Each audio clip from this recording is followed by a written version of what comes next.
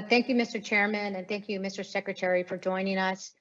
My first question is over 620,000 clean energy workers have lost their jobs since the start of the pandemic, including over 100,000 in California. You were vocal in your testimony about supporting the fossil fuel industry.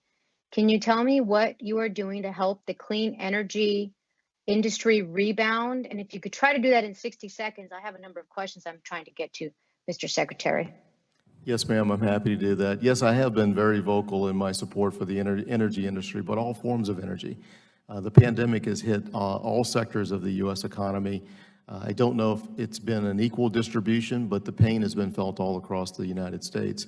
And I'm supportive of the programs that you and your leadership in Congress, others in Congress have done in the last 2, perhaps 3 months in passing programs like the CARES Act, other steps that you have taken to stabilize the U.S. economy as we deal with this pandemic. I want to ensure Thank you, Mr. Secretary. If I could just interrupt you, I am trying to get to the questions. Is there anything specifically you can tell me about what you are going to do to help the clean energy industry rebound? Anything specifically you might be able to mention? Well, I think, under the energy efficiency program at the Department of Energy, we're going to continue to invest through our funding opportunity processes.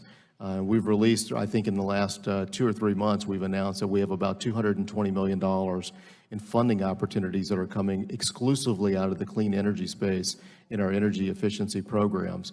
We're going to continue to make those available to the private sector and make those available so that they can move forward with some of the newer technologies that they want to bring to market. And hopefully that will add some economic assistance to their businesses as well. Okay, thank you, sir. It was reported in April that your agency is holding back $43 billion of loan guarantees earmarked by Congress for clean energy projects. Why withhold support for the clean energy projects?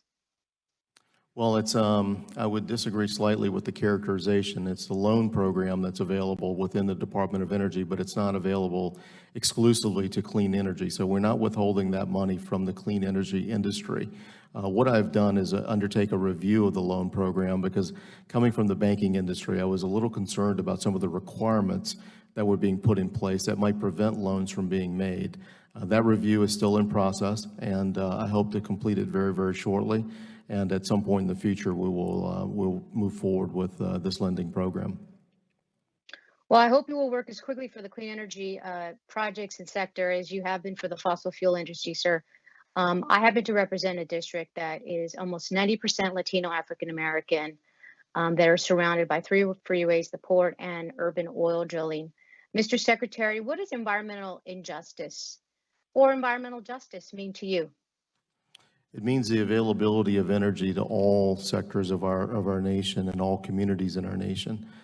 My commitment to environmental justice is very broad. We talked a lot today about energy efficiency and making energy cheaper. I think that's very important for us to do. That is part of this program.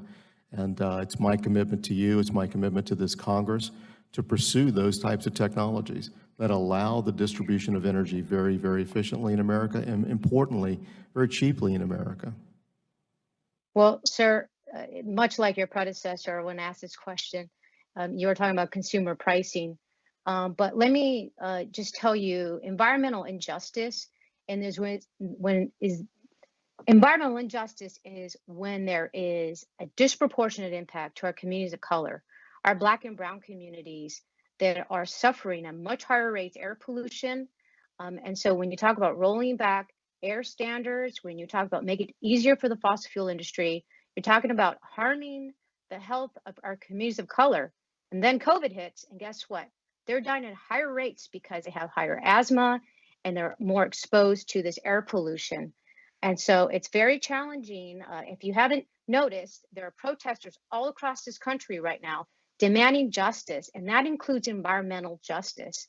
And so I would ask you to take a very serious look at efforts that you can take to help fix this huge problem that we have. Do you believe in environmental racism?